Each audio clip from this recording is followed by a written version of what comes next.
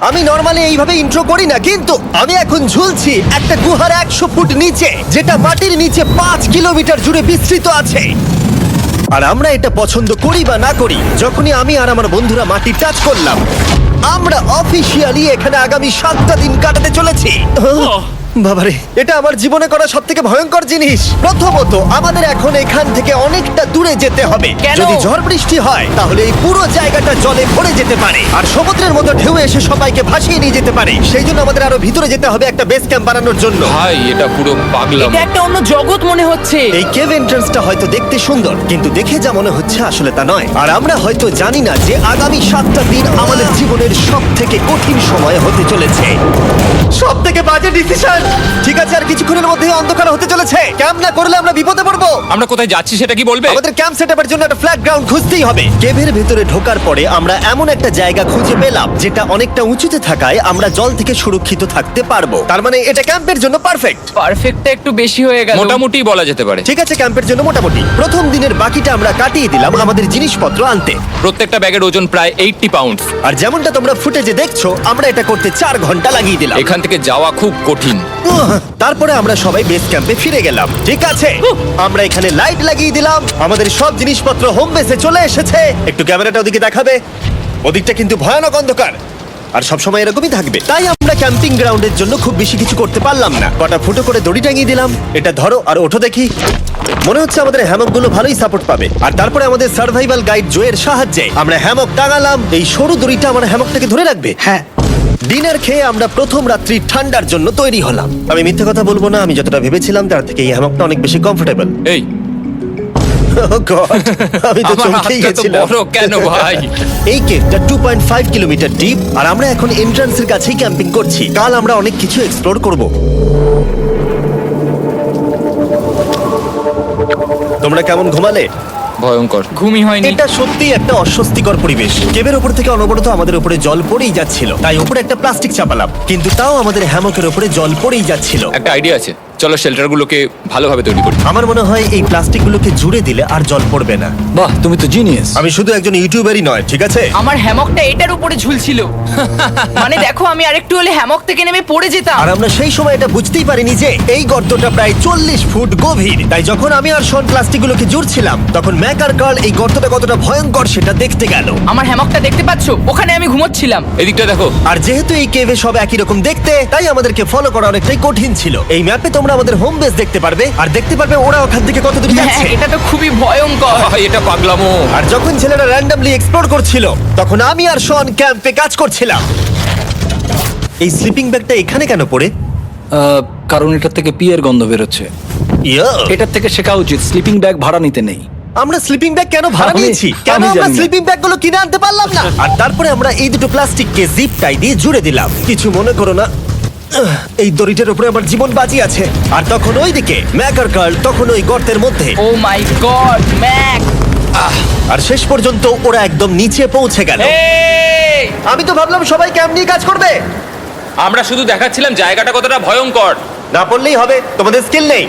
আচ্ছা ঠিক আছে। আর যদিও ওদের এবার ফিরে আসা উচিত ছিল, কিন্তু কাল আর ম্যাক এটা কতটা গভীর সেটা দেখানোর চেষ্টা করলো। ভাই এটা দেখতে দারুণ লাগছে। তুমি কি নদীটাকে পার করতে পারবে? কিন্তু ওরা এটা জানে না যে এই রিভারটা এই কেভের গোটাটাই জুড়ে আছে। তার মানে এর মধ্যেও আমাদের কিছুটা সময় কাটাতে হতেই পারে। ওই তো ওরা এসে গেছে। এসো। তোমরা রান্না করে রেখেছো তো? হ্যাঁ, রান্না করেছি। ঠিক বলেছ। একটা নতুন বাড়ি, ঠিক বলেছি তো? একদম। এখন আমাদের একটা ছাদ আছে। আর এটা তো দারুণ। জিমি রান্না বেশ ভালোই আর করেছে। আমরা আমাদের ফায়ার পিটটাকে এই সুন্দর জায়গাটাতে নিয়ে এসেছি। জায়গাটা কেমন? বেশ গরম। আরামদায়ক। এই পাথরগুলো গরমটাকে ধরে রাখবে এবং ওপর থেকে যে পি পড়ছে সেগুলোকে আটকে দেবে। ওটা পি নয়। তাহলে ওটাকে কি বলবো? যদি জানি না, হয়তো বৃষ্টির জল হবে। না, এটা বৃষ্টি নয়, পাথর মানে ইয়ে তুমি- করছে। এই একটু উপরে দেখাও। তুমি মেঘ দেখতে পাচ্ছো? পাথর দেখা যাচ্ছে।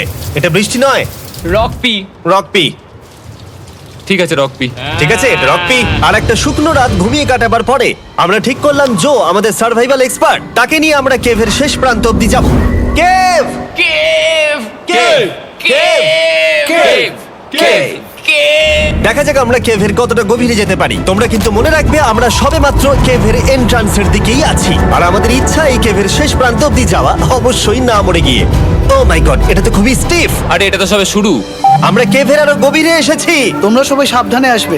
এটা খুবই ছোট জায়গা, আমার মনে হয় না এখান থেকে আমি যেতে পারবো। কেভ এক্সপ্লোরের ইন্টারেস্টিং জিনিসটা হলো যা হোক করে আমাদের এই ছোট্ট ফাঁকগুলোর মধ্য দিয়ে এগিয়ে যেতে হবে। ও মাই গড, খুব ছোট জায়গা। আর তারপরেই খুব বড় একটা জায়গা আসবে, সেটা এতটাই বড় যে কিছু না দেখতে পাওয়ার জন্য এটা করতে হলো। ও মাই গড! এবার আমি সব দেখতে পাচ্ছি, এটা দুর্দান্ত। এটার তো অনেক আলো। ভাই জায়গাটা কতটা সুন্দর দেখো। বাপরে কি আলো, আমি তো তাকাতেই পারছি না। আমি তো অন্ধ হয়ে যাব মনে হচ্ছে। এ বাবা, এটা কি হলো? আমরা বোধহয় ঠিক মতো এটাকে ব্যবহার করতে জানতামই না। চলো এগিয়ে যাই। আর তাই আমরা এগোতে থাকলাম। এই যে এই জায়গাগুলো, এগুলো খুব ভালো ধরার এখানে? জায়গা। এগুলো ধরে এখান থেকে পা ঘুরিয়ে চলে আসতে পারবে। এইভাবে কি? একদম পারফেক্ট। জো সব থেকে ভালো কেভ গাইড। এভাবে কেউ গাইড করতে পারবে না। ঠিক আছে, এইবার ব্যাপারটা ইন্টারেস্টিং হবে। কি? এটা কি? এখান থেকে আমাদের ওয়েট শুট পরে সাঁতার কেটে যেতে হবে। গতকাল ম্যাক আর কার্ল এটা নিয়ে মজা করছিল, কিন্তু এই কেভে আমাদের পরের অ্যাডভেঞ্চারটা ছিল একটা প্রায় জমে যাওয়া নদীর মধ্যে। ও মাই গড, এটা তো পাগলামি! তার মানে আমাদের ওয়েট শুট পড়তেই হবে যাতে আমাদের হাইপোথার্মিয়া না হয়। আমরা এটা কেন করছি? এই এক্সপেরিয়েন্সটা তো জীবনে একবারই হবে। কি? এটা করলে হয়তো আর নাও বেঁচে থাকতে পারি।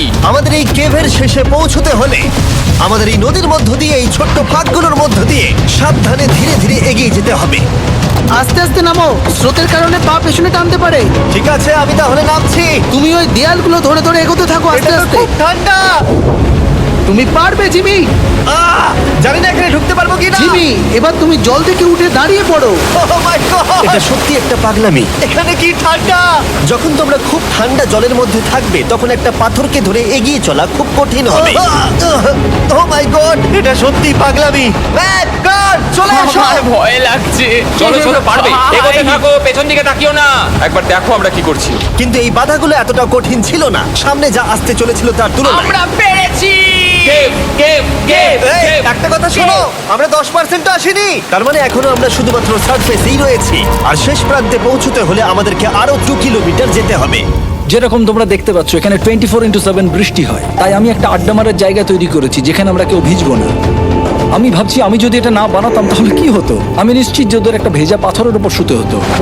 আমাদের ক্রমাগত এগিয়ে যেতে হবে এবং শরীরটাকে ভিজে রাখতে হবে। ঠিক আছে। নইলে আমাদের শরীরের তাপমাত্রা কমে যাবে। এটা কঠিন কেন? সব থেকে বাজে ব্যাপার হলো আমরা যতটাই দিকে এগোবো ততটাই আমাদের পিছন দিকে ক্যাম্পে ফিরতে হবে। আমাদের পরের বাধাটা হয়তো জলের মধ্যে নয়, কিন্তু তার মানে এটা নয় যে সেটা সহজ হবে। আরে এটা কি মাকড়সার জাল? কিন্তু আমি মাকড়সা দেখতে পাচ্ছি না। তার কেন? মানে ওটা আমাদের উপরে আছে। আরে তোমার গায়ে, তোমার গায়ে। আমার বন্ধুরা বলতে বাজে। এই গেমটা মিস্টার বিস্ট ভিডিওর মতো, যত এগোবে ততই কঠিন হবে। সত্যি কথা বলতে যদি আমাদের সাথে জো না থাকতো আমরা মরেই যেতাম। আর 3 ঘন্টা পরে জো আমাদের জন্য একটা বাজে খবর নিয়ে এলো। জল অনেকটা বেড়ে গেছে আর আমরা অনেকটা সময় লাগিয়ে ফেলেছি, তাই আজকে আমাদের আবার ক্যাম্পে ফিরে যেতে হবে। আমি মানবো না। তুমি সেফটি এক্সপার্টের কথা অমান্য করতে পারো না। আমি এটা মানবো না। সত্যি কথা বলতে আমাদেরকে ফিরতেই হতো, কারণ এর আগে আমরা শুট করতে অনেকটাই সময় নষ্ট করে দিয়েছি। তারপর ফ্লেয়ার নিয়ে খেলেছি, তাই আমরা ফিরে যাচ্ছি আর এই মিশনটা আমরা পরের দিন আবার শুরু করব। শন, আমরা এসে গেছি। আরে তুমি এখানে কি করছিলে? এখন তোমরা কেউ ভিজবে না। আমি তো জানতামই না এই লাইটগুলো আমরা এনেছি। এগুলো দারুণ লাগছে তাই না? দুঃখের বিষয় আজকে আমরা মাত্র 20% এগোতে পেরেছি, কিন্তু বিশ্বাস করো আমরা শেষ পর্যন্ত অবশ্যই যাব আগামী কয়েকদিনের মধ্যেই। আমার মনে হয় না। কোনোদিনই হবে না। আমি তো বললাম। আমরা ডে 4টা রেস্ট নেব আর ডে 5-এ চেষ্টা করব এই কেভের শেষ অবধি যাবার। দেখা যাক কি হয়। ডে 3-তে মজা হলো, কালকে আবার দেখা হচ্ছে। আর কেভের ভিতরে 3টে খুব বাজে রাত কাটাবার পরে পরের দিন সকালে আমাদের মাথায় শুধু একটাই কথা আসছিল। আমার একটা হট শাওয়ার চাই, তবে আমি এখন একটু শান্তি পাবো। ও, এখন শাওয়ার পেলে কিন্তু দারুণ হয়। আমি চান করিনি প্রায় 3-4 দিন হয়ে গেল। তোমরা নিশ্চয়ই জানো কেভের মধ্যে শাওয়ার করা সম্ভব নয়। আমাদের অনেকটা পথ হেঁটে সাবধানে আগের রিভার বেডের কাছে পৌঁছতে হলো। ও মাই গড! আমি আমার ব্রেনকে ফিল করতে পারছি। আমি এভাবে ব্রেনকে ফিল আমার করিনি। কপালটা জমে গেল পুরো। চলো ড্রোন দিয়ে মাথার চুলগুলো শুকিয়ে নি। এদিকে এসো ড্রোন। ও দাঁড়াও দাঁড়াও দাঁড়াও, এটা কিন্তু কাজ করছে। হ্যাঁ, দারুণ কাজ করছে। ড্রোন থাকতে হেয়ার ড্রায়ারের কি দরকার? আর চুল শুকানোর পর আমরা জয়ের সাথে জার্নির প্ল্যান করতে বসলাম। এটা কি জো? এটাই কেভের ম্যাপ। আগেরবার আমাদের থামতে হয়েছিল কারণ জল খুব জোরে বইছিল। এখন বৃষ্টি কম হচ্ছে, তাই কালকে আমরা নিশ্চয়ই এই কেভের শেষে পৌঁছে যাব।